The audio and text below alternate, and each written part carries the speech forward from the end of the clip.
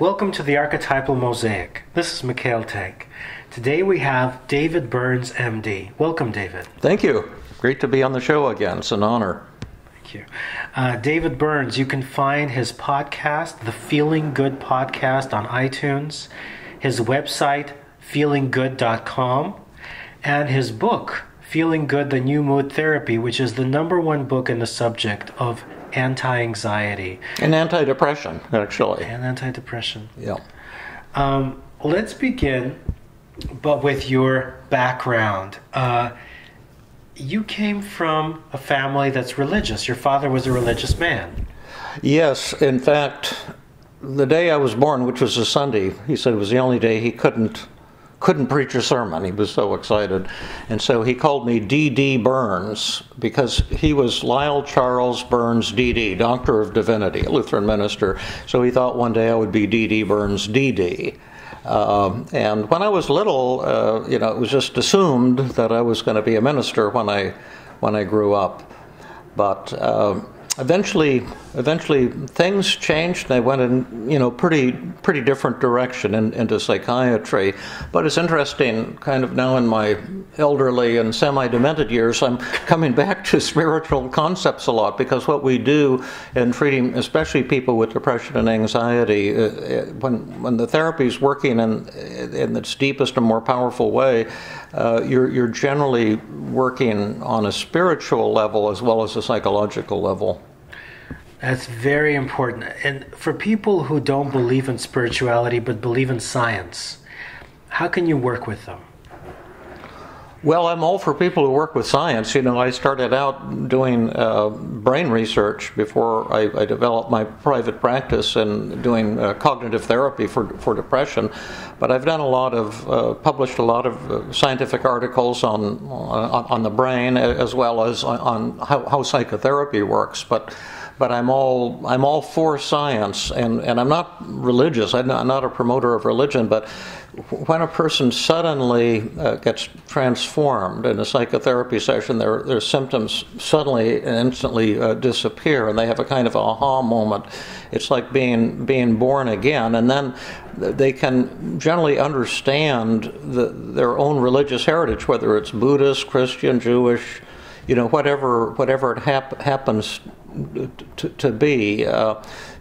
For example, a lot of depression comes about because of one of the 10 distortions they talk about, should statements, and a lot of experts throughout history have talked about the tyranny of should statements. The feminist psychiatrist Karen Horney talked about that in the 1950s, and she wrote on the tyranny of the shoulds. And I think my mother was depressed and got that book and found it helpful. But a lot of depression results from telling ourselves, I should be better than I am. I'm not good enough. I did on one of the Feeling Good podcasts recently, I worked with one of my co-therapists who I teach with at Stanford, Jill Levitt, a fantastic clinical psychologist and a lovely person. We love to do co-therapy, and we worked with a man, and this will be broken into about the session into 5 podcasts with commentary and explanation. But he talked about the fact that when he was a young man, he had 2 goals in life. One was to become a really wonderful physician and do great work for his patients. And he said that he had accomplished that goal, and he is a tremendous physician, wonderful human being. His other goal was to have a large family of people, members who loved each other and supported each other. And although he now does have a large and loving family here in the U.S., he has a 40-year-old son that he's never, from a previous marriage, that he's never been able to get close to. And so he's telling himself, I've been a failure as a father, and I should be able to get closer to my son. And I think that's such a universal theme. You've got your radio show and your fantastic creative pursuits. What I really admire about you, you're living life as an adventure. to see where it brings you. But you might sometimes tell yourself, oh, I should have more followers, by more listeners, more money, more whatever. We all have the chance to beat up on ourselves. And then recovery involves the death of the ego, the death of the self. We talked about that at our dim sum brunch a few minutes ago. But to give up on the idea that you're supposed to be so special, and to accept the fact that you really aren't special, and there's a great liberation that occurs. But the death of the ego is frightening, because people don't want to give up their high standards and beating up on yourself, thinking if I beat up on myself, and criticize myself, eventually I'll achieve perfection, or eventually this wonderful thing will happen. And the only thing that happens most of the time is a lot of depression and frustration and anxiety and despair. It's beautifully said. I always see it as riding a motorcycle with having the partner on the side, and the ego is a partner that's kind of taking a back seat. Yeah. But let me ask you now, you bring up spirituality, and you bring up something very similar to Jung's biography, just naturally, in the sense that his father was a religious man, and Jung created a spiritual psychology which has transcended psychology and become a very kind of unconscious-based effort of healing from within. You naturally come in a parallel dimension. You come from a religious background, and you've created the spiritual psychology that deals with taking one higher, away from bitterness, self-defeat, and anxiety. Self-doubt, self-hatred, worthlessness, inferiority, hopelessness. Yeah. So you brought up an absolutely beautiful image during our brunch about climbing a ladder, or finding a ladder from a black hole. So if all the listeners are, for example, for entertainment purposes, just feeling out their own black hole inside, and were to create that visual ladder, how does that work? Well, I've developed or learned, let's just to simplify it, say roughly 75 techniques to help people recover from depression and anxiety, and also relationship conflicts. And the technique that works for each person might be a little bit different. For example, I work with a pretty successful man when I was living in Philadelphia. He came as a patient. He was always very, very anxious, and let's just say he was in a kind of a high stakes financial investment area, where you can make or lose vast amounts of money very quickly. And his problem was that he was anxious all the time, and thinking, I'm not earning enough money, and my colleagues are making millions, and I'm doing well, but we still have a fairly modest house, and worrying, and he kept thinking ever since he was little, he thought he was kind of inferior, and he had to prove his self-worth by somehow making X amount of dollars every year. And I tried tons of techniques, help identify the distortions in his self-critical thoughts, and various ways to talk back to them. But it was never effective. I must have tried 15 or 20 techniques to help him get over this depression and inferiority and constant worrying. And then one day it occurred to me, I just happened to figure out that he came in and said, "Oh, Dr. Burns, I've been so anxious all week, and we've got to go back and talk about my childhood and my inferiority." But what it turned out was going on is that his boss had asked him to take a cut in salary, because there was a kind of a recession at the time, and so he agreed to it, valiantly and doing his part.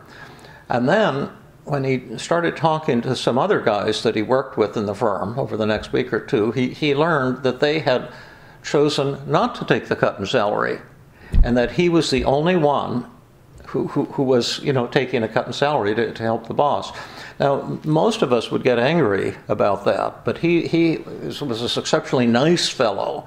So instead of being assertive with his boss, he developed all this anxiety, and I'm worthless, and this distracts him from the actual thing, that he's having a conflict with his boss. And I call that the hidden emotion model that I use in the treatment of anxiety. It's one of the 75 techniques.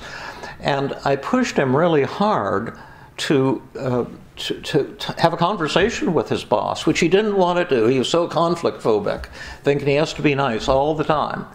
And so I just pushed him, and he went and he had a conversation with his boss, and the boss decided he didn't have to take this break in salary, and he became euphoric, and his anxiety and depression instantly went to zero. And and I call that the hidden emotion technique. And so for that man, every time for the rest of his life, when he falls out of enlightenment and starts getting anxious, it will always be the same thing, because he's being nice about something that's upsetting him, and he needs to bring his feelings to conscious awareness and express them. And so that's his ladder. Whenever he falls into the black hole of doubt or depression or anxiety and frustration, then he's got to remember, oh, I'm upset with somebody. I got to figure out who it is and express those feelings. And when he does, it will instantly disappear. And this didn't cause an improvement in his symptoms. It caused a complete elimination of all of his symptoms. This is where art comes in too, because as someone who's done a lot of shows, I remember I did a show called The Power of Rejection, and a show called For the Special Ones, where I talked about when I was a kid and somebody throwing stones on my head and calling the K word, anti-Jewish K word, as a child. And I remember after expressing those things in shows with music and an audience, all of a sudden it relinquished that fear and that pain from me. How powerful is psychodrama? How powerful is art in this healing? Well, I think that psychotherapy is an art form, and that's why it's so hard to teach. And I think a good therapist is like a healer, that you bring magic to the person. It's not just talking and feeling a little bit depressed, but it's bringing techniques that can cause a sudden and complete elimination of the patient's symptoms. The one last thing I didn't finish on that other story is that although that technique worked for him, it won't work for the next 30 people I see. Like for each, we all have our own little ladder to get out of. But once you found it for a person, it's always the same thing. But yes, when I was a medical student, we used to do psychodrama here in Palo Alto. I used to cut classes. I never should have gone to medical school. I was a horrible medical student. It was the wrong thing for me. I should have gone to psychology PhD, but I was pushed to go to medical school, so I obediently did it. And but there was this fellow, Hussein Chang, was this crazy, called himself a crazy Chinaman. And he had this place in Palo Alto called the Human Institute. And he would run these mainly 48-hour marathons where he'd get a group of 30 or 40 people. You may rent a house somewhere, and you'd sit in a circle, and then you'd get confronted one at a time until you crashed. And the idea, until you broke down in tears, they would really attack your vulnerabilities. That can also hurt. Oh yeah. It was very exciting, but it was scary. But that was where I first discovered that rapid change is possible for people. The only problem with it is it was kind of uncontrolled. And I went to my first psychodrama marathon about a half a mile from where we're sitting right now. There's a ranch here called Hidden Villa Ranch, and they had rented a house there, and I went first as a student, just someone attending the marathon, and they confronted me, and it got really brutal. And then finally a friend came up and he grabbed me from behind, and he was kind of hugging me from behind, and then finally the tears came out. I hadn't cried since I was a child, because I'd had this kind of traumatic experience as a child and was told I wasn't supposed to cry, and it was really this cathartic, fantastic experience. But have you cried since? Yes, I still don't cry readily, but I'll often cry in workshops and when I'm teaching, particularly when I tell a story of somebody who whose life was transformed, who had been kind of a hopeless type case, who suddenly recovered. Often those stories bring tears to my eyes, and that's also when I get the highest ratings in the workshop, to show the humanness. And that's, I think, a lot of where the magic comes in, where you go from being a technician to a healer. A technician has all the scientific methods, and we have tremendous, cognitive therapy is the most researched form of psychotherapy in human history. It has all kinds of science behind it. But to be a healer is to be an artist, and it's to bring compassion, to bring magic to that process. So it's not just technical. And by magic, we are also including the term spirituality. It's interesting, a lot of people, when they want to heal or get therapy or get better, they want to do things by the book or do things in a dry way. Yeah. And they may not believe, belief and faith and visualization. Yeah. Aren't those the keys to the magic? Well, those are aspects of magic. There's no one key to magic, I don't think. One person might respond to visualization techniques, the next person is going to say this is a waste of time type of thing. So it's good to have many tools in your toolbox. How would you describe the magic you're talking about? Well, it's where you suddenly go from. And of course, I'm working with people who are depressed and anxious, and often, suicidal, and really with the most severe of the most severe are the ones I've treated in my career for the most part. But an example would be a woman who came to me in Philadelphia. I hope we didn't talk about her on the last podcast. I can never remember what I've talked about from time to time. But she'd had 10 years of the most severe imaginable depression. And panic attacks. Did we talk about her at all? So. Well, she would have like 5 horrific panic attacks each week, where she'd start to hyperventilate and her chest would get tight, and then she'd become convinced that she was about to die of a heart attack. And the panic would be severe, and then she'd sit motionless, and after 20 minutes or so, the symptoms tend to disappear, and then she'd be terrified and humiliated and worrying about the next panic attack. And she'd had 10 years of failed therapy. The first 5 years, she would go to emergency rooms when she'd have these panic attacks, thinking she had a heart condition. And then they finally diagnosed panic disorder. And I don't understand why it takes people so long to diagnose panic disorder, because you can diagnose it in like 3 seconds. It's so obvious what's going on. And then they started referring her to psychiatrists and psychologists, and she had 5 years of aggressive psychopharmacology, taking every known antidepressant and all these drugs and high doses and all kinds of psychotherapy, and nothing helped. And then she came to me for treatment, and I was using it. In the old days, we used to call it cognitive therapy. Now we call it team CBT, because we have like this super high accelerated form of psychotherapy that's kind of beyond cognitive therapy. But the cognitive therapy had a lot going for it, even though it wasn't, perhaps the complete answer for many people. It was amazing for a lot of people. And so I asked her, what are your negative thoughts when you're having a panic attack? That's what you do as a cognitive therapist, because thoughts create emotions. See, this experience, this doesn't create our emotions. It's what we're telling ourselves. Your thought, I'm saying, boy, this is fun to work with Mikhail. We're going to have a great experience today. And so that makes me feel good. You're not making me feel good. The tape recorder's not making me feel good. And so when you're upset, it's your thoughts. And they're usually distorted. And the thought that she has is, I'm about to die. Now, I, as a physician, know that that's a false thought. When she has a panic attack, it is not a fact that she's about to die. And so I'm always trying to find a way to prove to the person that what they're telling themselves isn't true. And so about the 5th session, she allowed me to induce a panic attack in the session. I had her hyperventilate and close her eyes, and I said, you said visualize. I used negative visualization. I said, imagine now you're having a heart attack. We're going to have to call for the ambulance. Can you see the red light going around? Can you feel, I said, hyperventilate.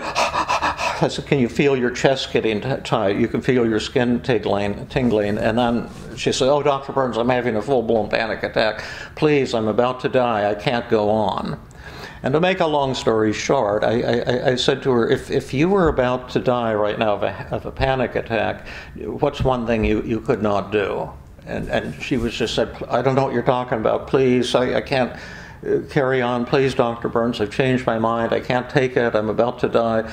And then I said, if you were about to die, could you stand up right now and do some strenuous aerobic exercises? And she says, no, if I stand up, I'll pass out. Well, I knew she couldn't pass out because her heart is pounding, her blood pressure is elevated. Ooh, there's some buzzing. What's that? Oh, it was just something downstairs. Don't worry about it. It was just the washing machine downstairs or something. And she said, no, I'll pass out. And I knew physiologically she's not going to pass out because her heart is going fast and her blood pressure is elevated. And passing out is when your heart slows down and your blood pressure falls. So I said, well, let's check that out. Let's test it with an experiment. So she stands up, and of course she doesn't pass out. And then I said, well, now let's see if you can do some running in place. And she says, oh, no, I'm about to die. I said, well, do some running in place anyway. So she starts out real slowly, and I said, now come on, we got to bring on this heart attack. Start running faster. And then she said, oh, I can't, I'm about to die. And I said, well, then run a little faster then. And finally she stopped after about a minute. She said, I can't carry on. I said, well, let's do some jumping jacks then. And she says, no, I can't possibly do jumping jacks. I'm on the verge of death. I said, well, let's do some jumping jacks anyway. So she starts doing some jumping jacks. Now, conceptually, this is called the experimental technique. I'm trying to get her to do an experiment to find out if it's true that she's about to die. And there's our buzzing again, which will stop. That's good. And so, and listeners, forgive us for the sounds in the environment. It's not the end of the world. And so she started doing jumping jacks, and about 15 seconds into it, she said, I wonder if I could do this if I was having a heart attack. And then I said, is this what you see in emergency rooms of hospitals, patients standing next to their gurneys doing jumping jacks, patients with massive heart attacks? And she doubled over with laughter because at that instant she saw that she couldn't possibly be having a heart attack. And that was, and she recovered just in that instance. That ended 10 years of, misery. Her depression went to zero. Her anxiety went to zero. That was 25 years ago. And I have to call her every year to say, can I? Because I show the video of this in workshops. I say, can I keep showing the video? She says, I hope you show it to everyone in the United States and tell your workshop people I've been on a high the whole time, and it's been fantastic. But that's what I mean, to bring a person from a state of incredible suffering to a state of extreme joy. But her ladder now is to do jumping jacks. See, every time she gets upset, she'll think she's going to have a heart attack and die, and then she has to do her jumping jacks, and that will always work for her for the rest of her life. It's almost like a double negative, yeah? How do you mean there? Well, let's say you're probably right, but I don't she's grasp in a it. negative situation. You mirror or multiply that by 2 to her or to anyone, and then all of a sudden it just becomes ridiculous. Well, humor and ridiculousness is fascinating because when people recover, at the point of recovery, my patients, not always but often, burst into uncontrollable laughter, as she did. And the Buddhists have a name for that. They call it laughing enlightenment, where at the moment of enlightenment you're confronting your worst fear and discovering that the boogeyman has no teeth, the monster has no teeth. And so anyway, that's like one form of magic, but for each person it's a little different. For me, it's the acceptance paradox that's the magic that works for me. And can you describe that? Well, you see, I used to think too that I had to be so special. And as a therapist, I used to think I have to be able to cure every patient. Other therapists can fail, but I'm above that. And it was my ego was hooked into this idea that I was going to become such a great therapist that I could cure any patient, even against their will, type of thing. And then I used to get all these horribly severe patients with borderline personality disorder come in and say, Dr. Burns, I'm going to kill myself, and you can't stop me, and you can't help me. And I used to take that as some kind of challenge. Do you see? And then I would go into battle with the patient because of my ego. And then a day came when I said, this is such a burden. I'm doing all the work. And I learned to say to patients that you can't help me, to say, you're right, I haven't helped you, and it's painful for me, and let's talk about it, and tell me what's not working, and tell me what I'm not understanding, and tell me the problems I haven't been helping you with. And suddenly I started getting breakthroughs with people I had been stuck with. And so for me, the enlightenment was just accepting, and my cats have helped me with this too, just accept the fact that, I'm not special. I'm not even worthwhile. I'm just grateful to be alive. It's fun right now. I'm hanging out with you. What a gift that is. It is a gift. It's just fun. We didn't need some special lunch, but we sure had fun at it. And just chose random things, like them or not like them. Yeah. Didn't have to like them. Right.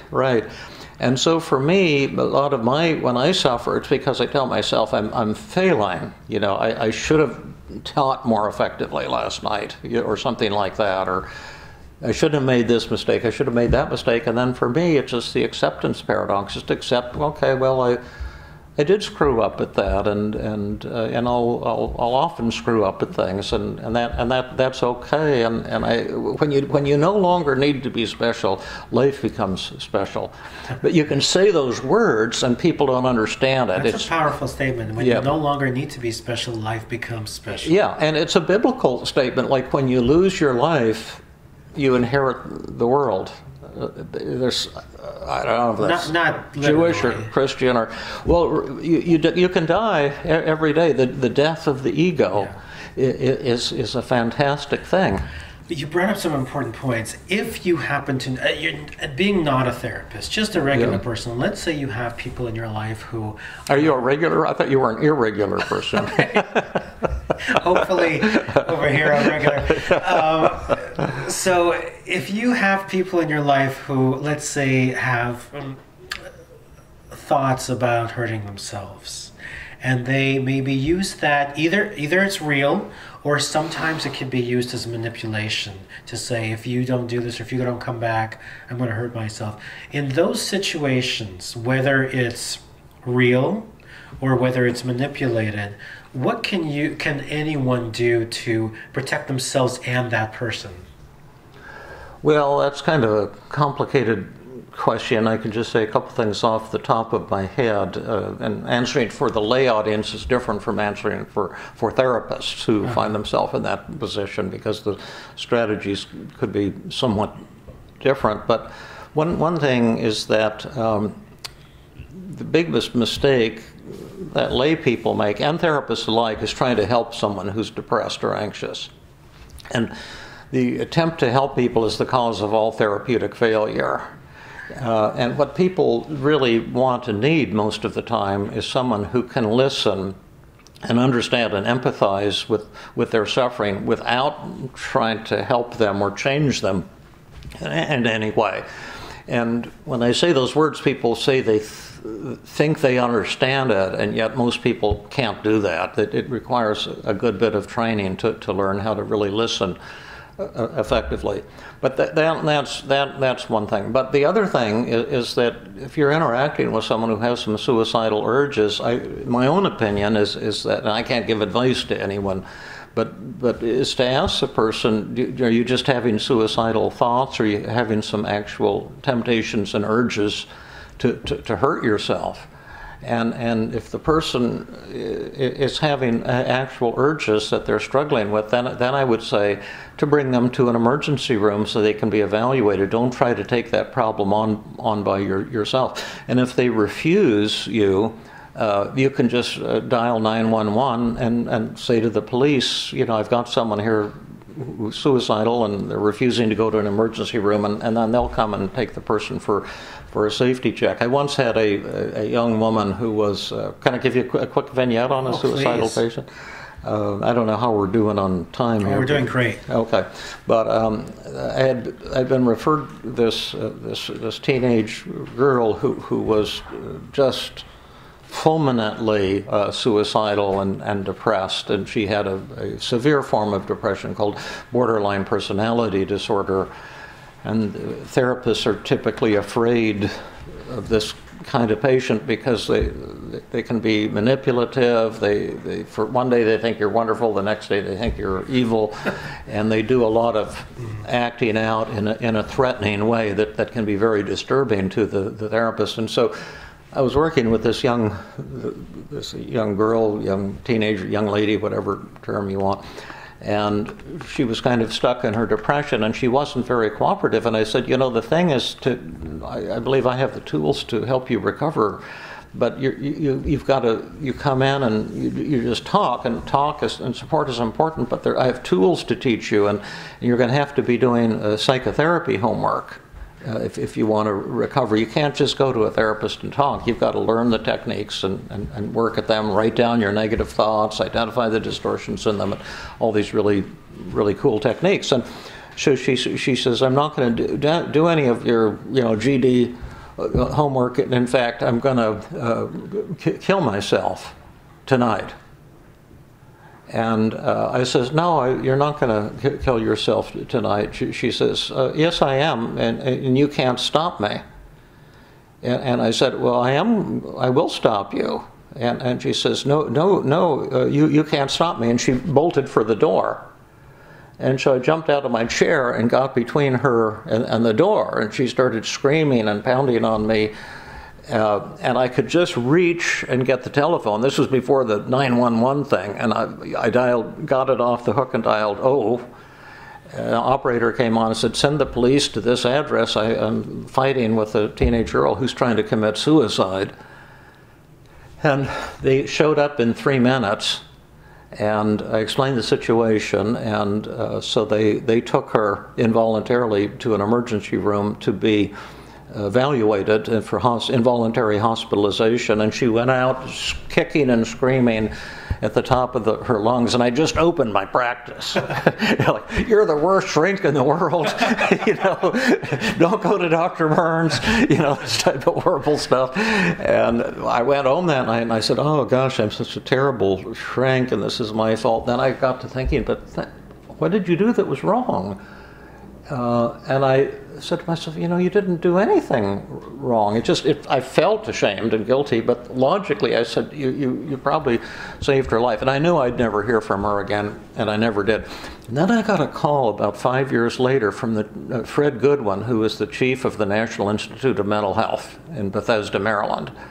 And he was one of my heroes, although I'd never met him, because as a resident, I did a lot of research on, brain research, and he was one of the top people in the world in, biological psychiatry.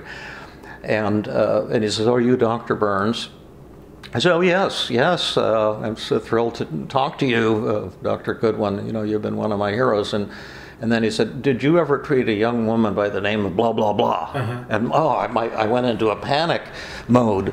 And I said, "Well, yes, I saw her just a few times several years ago. Why are you calling?" And he says, "Well," and I was really anxious, like I'm going to have an ethics charge, uh-huh. or something. He found me out, I did something wrong. And I said, "Well, why are you calling?" I said, "I just had a few sessions with her." And he says, "Well, after she left, working with you, she's seen 13 psychiatrists, and she now has just been admitted to the unit here at the National Institute of Mental Health, and I'm her doctor." And I asked her, "Did you get any help from any of these psychiatrists?" She said, "There was only one that ever helped me." And he said, "Well, who's that?" She said, "Dr. David Burns." And it was such a shock to the system. Did it eventually help her? Do you know what? I don't know if he was able to help her or not. I hope so, but I guess that message was a very important one, because every patient I've ever had who did the psychotherapy homework has improved dramatically or recovered completely, and everyone who's refused to do it has failed to improve. Are there? Do you have a team of therapists who do your specific way of working that people can specifically ask for? I'd like the David Burns approach.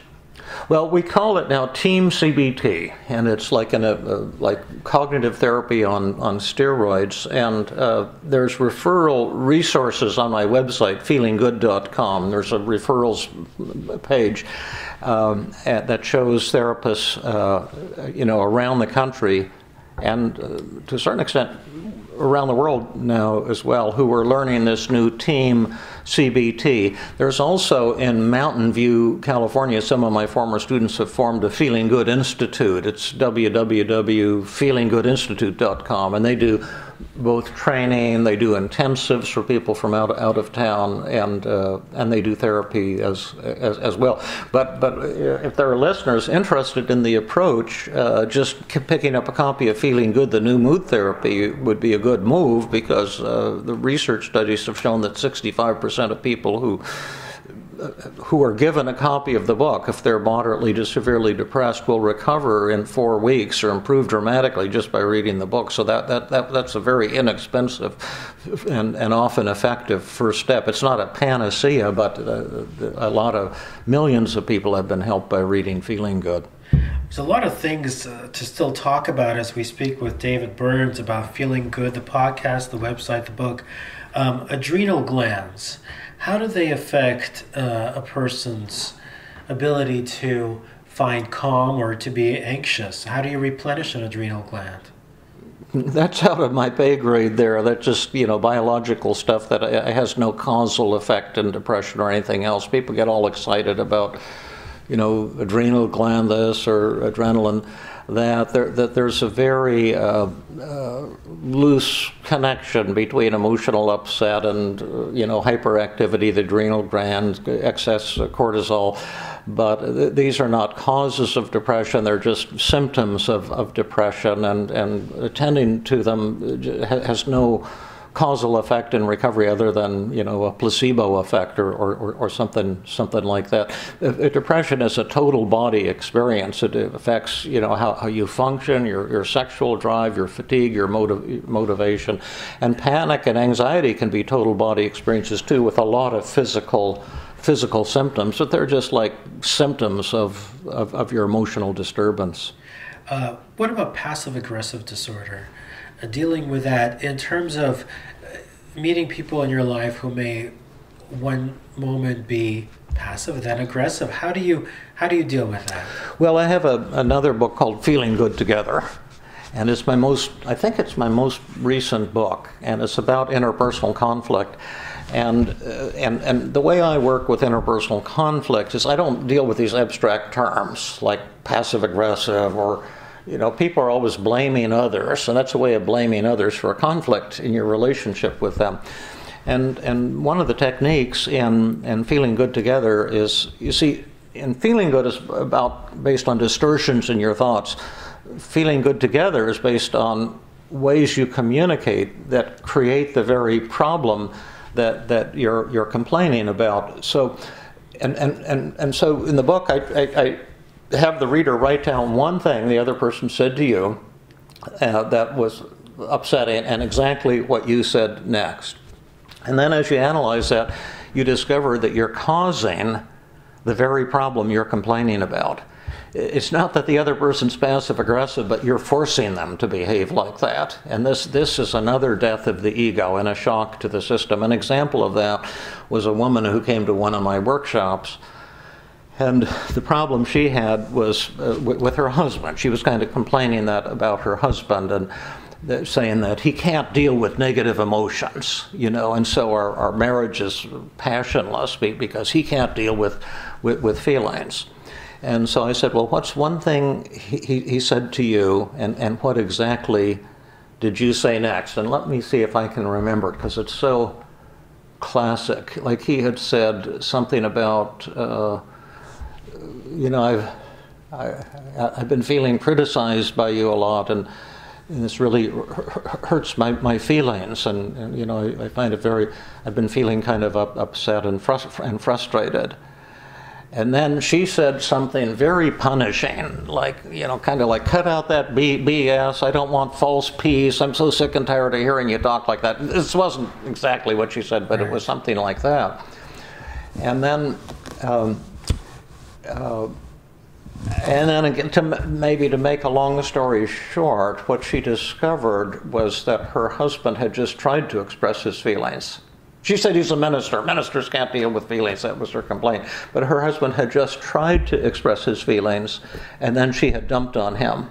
Do you see that? Yes, I so see. she is the one. That happen many times. Yeah. And so she's the one who's really afraid of dealing with feelings. She's creating the very problem that she's complaining about, and that's another kind of mystical phenomenon, if you want, but it's very practical. Why do you think people create their own problems?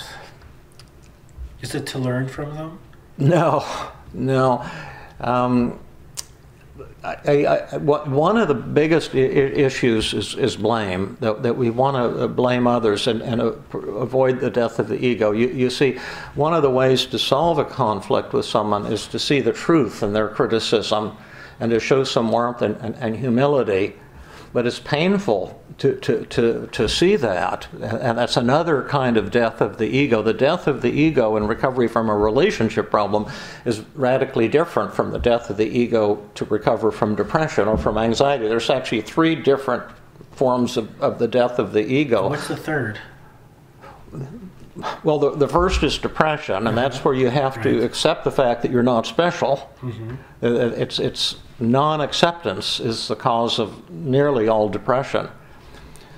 The death of the ego for anxiety is you have to confront the monster you fear the most and surrender. And that's the woman with the panic attacks. Uh-huh. So rather than running from the anxiety, let's bring it on. You called it a double negative, but yes, let's confront this fear. And then she discovered the monster had no teeth, and she became enlightened, euphoric. In relationship problems, it's being willing to look at your own role in the problem. And it feels very shameful and humiliating to do that because we like to blame other people. We feel morally superior. It's like Hitler's thing, like you get a scapegoat and you blame them for your problems and you claim that you're morally superior. And that's the prototype for 80% of relationship conflict. And that brings us to another interesting issue is self-inferiority complex, Napoleon complex. I mean, one of the reasons why Hitler behaved so grossly and negligently is because he himself was the very lowest version possible of the things that he hated, the beauty that he hated in others. In the sense that when people feel inferior and they feel small, they really want to sometimes buy a giant truck to make up for it, and sometimes they want to make somebody feel worthless. What is it about inferiority, and how can somebody deal with that monster?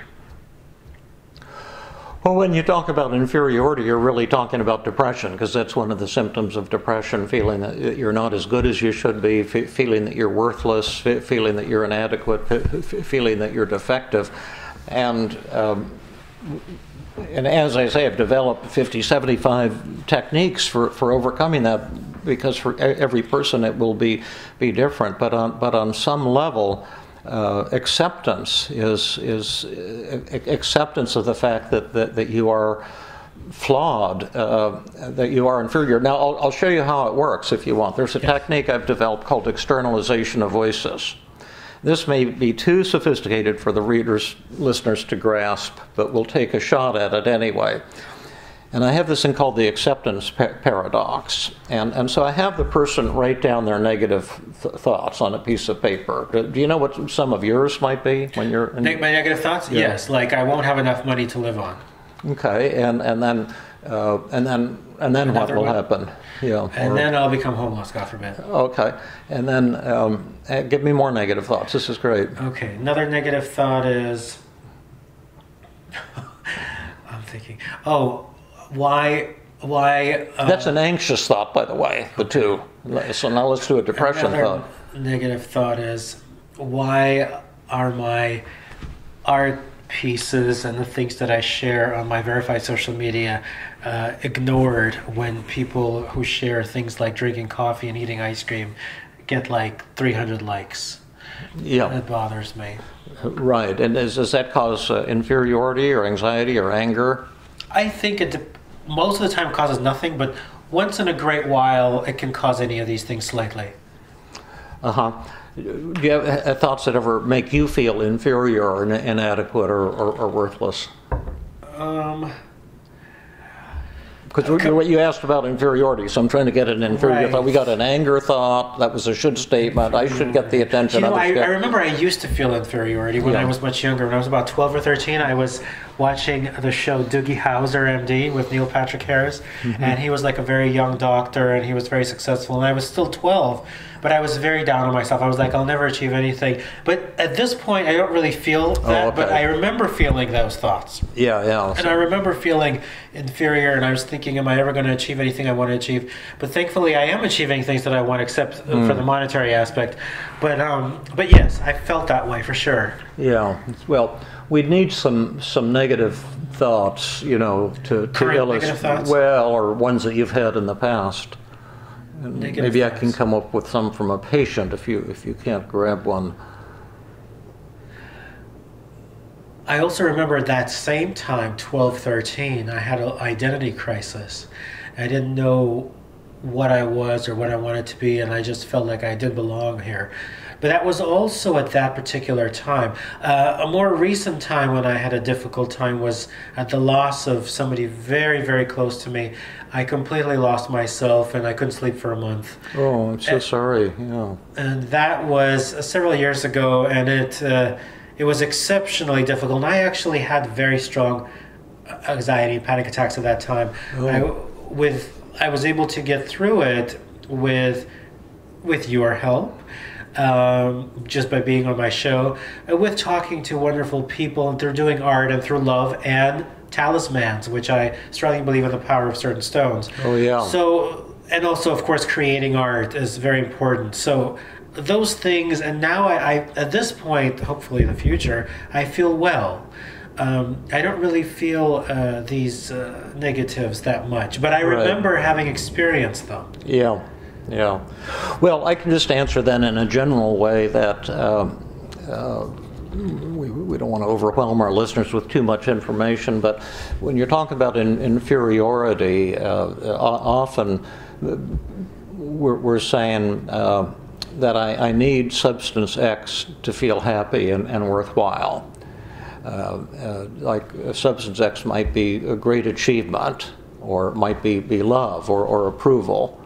I must be loved to feel happy and worthwhile. It's a very common one. Or I see people who are depressed to just say, I've never, like I had a woman who lived in Gladwin, Pennsylvania.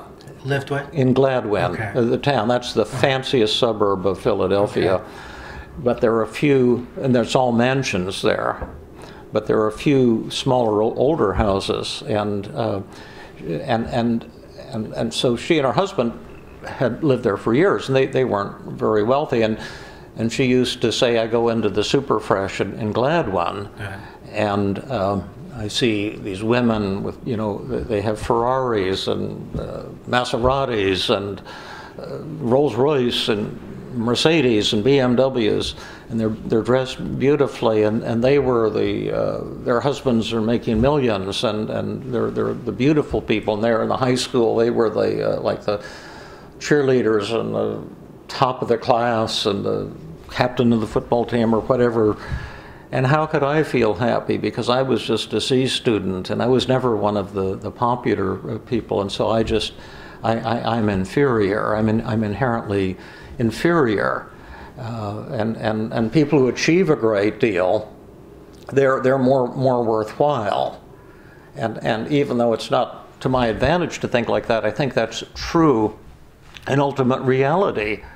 That the Einsteins, the Bill Gates of this world, these brilliant, high-achieving people, they are superior human beings, and that's the system of thinking that leads to depression and feelings of inferiority. And so when I'm working with a person, I've developed dozens of techniques to help the person crush that system and to see through that system. A lot of it seems to be monetary. Well, I mean that's the whole achievement paradigm, but then there's also the whole love paradigm. I have to be loved to be happy and worthwhile. So I treated a woman, I talked about her in Feeling Good in the chapter on the love addiction, who learned that her husband had ditched her to have an affair with his secretary. And then she became extremely depressed and saying, I need my husband's love to feel happy and worthwhile, and without his love there's no way I could feel happy or fulfilled. Those are two of the common systems that lead to depression and feelings of inferiority. I'm not loved enough, I'm not successful enough. What did you think of Freud? A cocaine addict, I think, right? I don't know, maybe a negative of his, but what did you think of his positive contributions? There's only two that I thought were worthwhile. Okay. And I think that he saw human nature as having both a positive dimension and an inherently negative, aggressive dimension. And that I agree with very, very much. The rest of it is just a lot of baloney to my way of thinking. I don't mean to sound arrogant, but he just had this silly imagery. You've got the id, ego, and superego, and it's just a clumsy and ineffective way of thinking about the brain or the psyche, to my way of thinking. And I don't think the psychoanalysis he developed was helpful to anyone.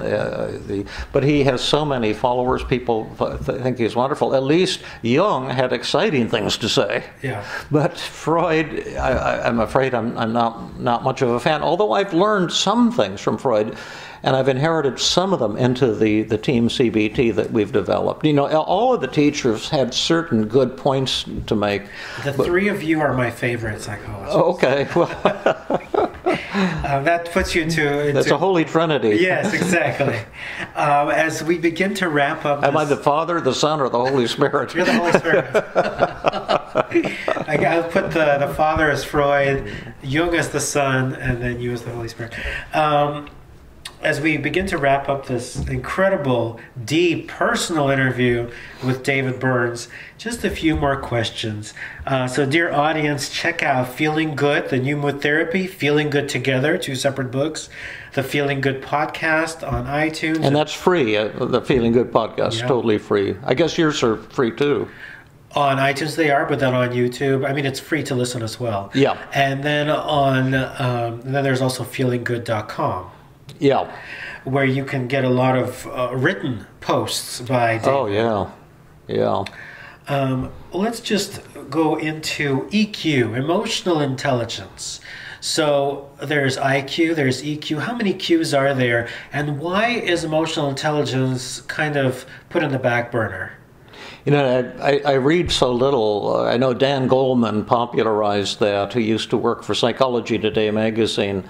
But I have to confess I haven't followed his work, but it does seem that, and I can only make my own speculations, that I train mental health professionals, and of course that involves emotional intelligence, social intelligence, and there seems to be quite a huge variation in the aptitude that mental health professionals have, and you can have some people that I've trained who have MDs and PhDs as well, and who publish in the world's top science journals, who can't learn the kind of psychotherapy I'm trying to teach for one reason or another. And then you have some other people come in. We have a fellow in our Tuesday group at Stanford, Sonny Choi, and he went into psychotherapy late in life. He was born in Hong Kong, and his parents, thought that he should become an electrical engineer because he had a little lisp in the way he talked, and so they thought he should avoid the human side of career. So they pushed him into high tech, and he had some high tech career here in Silicon Valley. But he said, "I always want to help people." And so he gave up his career and went to get an LCSW degree, licensed clinical social worker, which is a fairly humble kind of degree, but it's a reasonably rapid way to become licensed to do, psychotherapy. And he started coming to my Tuesday group at Stanford, and he had no other training So he just did exactly what we were, training him to do, and now he's just opened his practice, and he says he's getting recovery from most of his patients in 3 sessions, and he's only allowed to do 35-minute sessions where he works. And he sent me an email yesterday. I posted it on feelinggood.com that he had a woman come in with panic attacks and agoraphobia, and he cured her in one 45-minute session, and then she came back the next week completely free of her symptoms and just in a state of euphoria.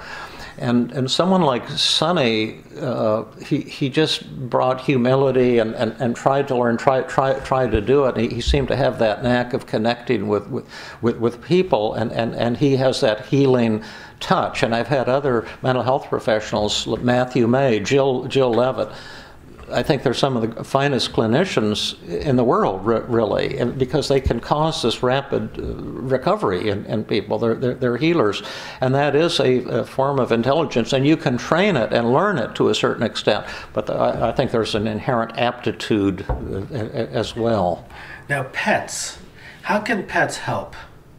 Well, they've taught me so much. I used to be a dog person. When our Samoyed died of colon cancer at age 15. My wife converted me to a cat person, and I've learned so much from cats. They're just so loving. Little Obi, who you can read about on my website, was this feral cat who came to our back door. He was a wild animal, and he came injured. It was just that door right there, except just around the corner, and it came and out of the woods, and he had no contact with humans, and he came up to our house, forced himself to come to the house because his right foot was terribly swollen from a fight he'd been in the woods, and we captured him and had surgery done to save his life. He had a puncture wound, and then we kind of adopted him, but he was very paranoid at first and would bite you if you tried to get close to him, and over the months and years, we treated him with love and with kindness. He came to trust us, and he became my best friend in the world. And he taught me an awful lot, in addition to just bringing so much warmth to curl up on my tummy and trust and to be relaxed and peaceful together. But he was not special. He was just a feral animal. He'd been in fights. He's not suitable for a cat show. He's not a purebred. He's just an American short hair, they call it, just a black and white tuxedo cat. And I'm kind of old, and I'm not going to win any contests either. I'm just filled with flaws, and the older I get, the more aware I become of, there's all of my shortcomings. But when Obi and I were together, it was like heaven. It was like the most beautiful feeling in the world, and it's fun to be with you as well, just hanging out on this tape recorder, pretending we have something to say. and he kind of taught me that he's not special, I'm not special, but when we didn't need to be special, life became special. The heavens open up. That's a gentle death of the ego. That's what the cats have taught me. Beautiful. 2 more things, and then we're going to be done. You mentioned a very interesting story. It took 8 years for your book, Feeling Good, to be #1. And the story was? Well, yeah, just to make a long story short, when the book came out, I find it was very difficult to get it published, and then right after it was published, my editor called and told me that they have a loser list. I might have told you this the last time we talked, I don't remember, but that the president of the company, at the time was William Morrow and Company, she said 9 out of 10 of our books lose money, and we're looking for the one where we'll make up for all the rest. And so the president develops a loser list of all the books that he was sure would lose money. And she said my book was #1 on the loser list. And what that meant is that they would not support the book with any kind of advertising, marketing, or whatever. And that whatever advertising it was going to get, I would have to do on my own. And and it was very difficult for 8 years. I was, trying to get on a radio show or a TV show or a newspaper interview with very, very little success. But I finally got a break 8 years after the book was released. I got on the old Phil Donahue show, which was like the Oprah show. It was the biggest show nationally, and about halfway through the show, a woman in the audience said, "Are you the author of Feeling Good?" And of course, that's what the whole show was about, but it kind of goes in one ear and out the other, and I'm talking about cognitive distortions and all of that, and so I says, "Yes, I'm the author of Feeling Good," and she says, "Oh, now I understand." She said, my son was depressed and had decided to commit suicide, and someone gave him a copy of your book, Feeling Good, and it changed his life, and I owe it to you that my son is alive and he's happy, and I think everyone in the United States should go out and buy a copy of your book right away. And within 5 minutes of the end of that show, the book had sold more than it had in the previous 8 years put together. It had about 30 printings, but they were all little printings, and it went to the top of all of the bestseller lists. Exquisite story. And then the encore question. There's a story you mentioned to me, if you feel comfortable sharing it in any way possible, about a Holocaust survivor who was afraid of ghosts of some sort. And then there was a rug involved in a basement. Is there anything of that? Yeah, that's another terrific story that is about finding your own ladder. Yes. And that there's no one thing that's going to do it for everyone. But this was a fellow was referred to me as an elderly man, and he had escaped from Nazi Germany and made it to New York, and I think all the rest of his people died in the concentration camps, and he worked shining shoes on the streets of New York, but worked hard and eventually started to work his way up in the world, and eventually became an extremely wealthy New York industrialist, and he manufactured I don't know what, but he had owned many square blocks of New York City. But he said he'd been depressed every minute of every day since he was a little boy, and he'd had years of therapy, pills. No one had been able to help him with his feeling of worthlessness. And every generation has fads, kind of in psychiatry and psychology and mental health, like this one thing that's supposed to cure everyone. Like for Freud, it was free association on the couch. That was supposed to be the health pill for all human beings, I guess. And then at that time, it was aerobic exercise. Now it's mindfulness meditation that's supposed to be the holy grail of, mental health. But they're all united in a way, though. They all come from the unconscious. Yeah, that's a good point. But the idea was that if you exercise, it'll raise your brain endorphins, and then you'll find happiness. And so I said, well, I'll check this out. I was jogging a lot, long distances at the time, fairly long, and so I got him running. I said, your whole problem with worthlessness is that you don't have enough brain endorphins. So I got this poor elderly fellow, I think he was 81 years old or something, jogging 12 miles a day. And then I said, now Ezekiel, how did you feel at the beginning of that 12-mile run? And he said, I felt like a worthless human being. And I said, and then how did you feel at the end of the 12-mile run? And he said, I felt like an exhausted, worthless human being. It just had no effect whatsoever on his mood. Now, some people are helped by exercise, but I think you have to have a specific intervention that targets someone's negative thoughts and crushes those negative thoughts. And so finally he confessed to me why he felt worthless.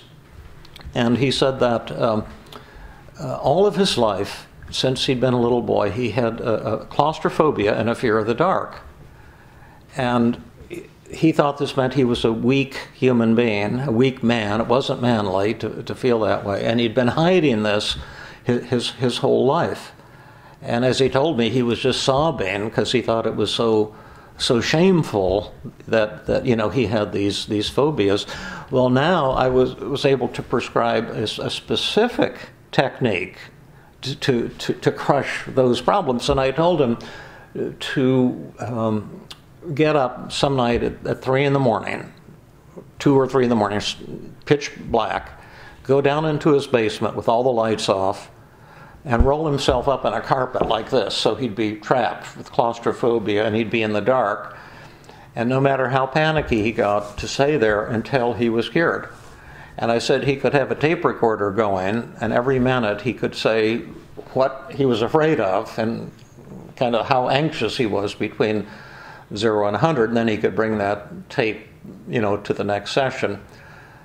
Well, he resisted this. I won't go into that story, but after some weeks of fighting over it, because he thought this was a terribly dangerous recommendation, he didn't want to do it, and he finally agreed to do it. And then he came back the next week, and he said that for the first 15 minutes, he was 100 on a 0 to 100 scale of panic. He was lying there in the dark in his basement, and then he had the thought, which he would say out loud, that he thought a ghost would come out of the dark and sit on his chest and suffocate him.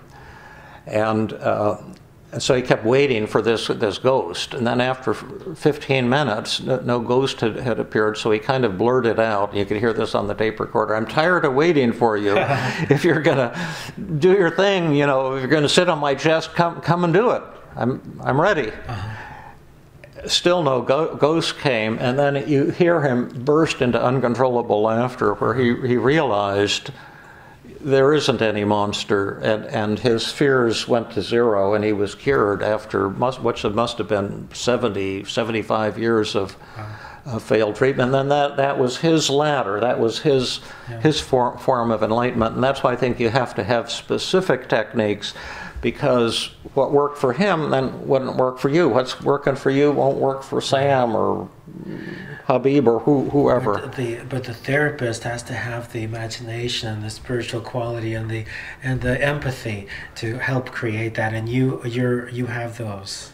Thank you. Those are all important parts, I think, of good. Empathy is good. It's not enough, but it's important, and technology is important. Compassion is important as well. Thank you. We've been speaking with David Burns, MD. Again, you can find his extremely successful book and additional books, Feeling Good, at any store, mostly Amazon, his website, feelinggood.com, his podcast on iTunes, complimentary, the Feeling Good podcast.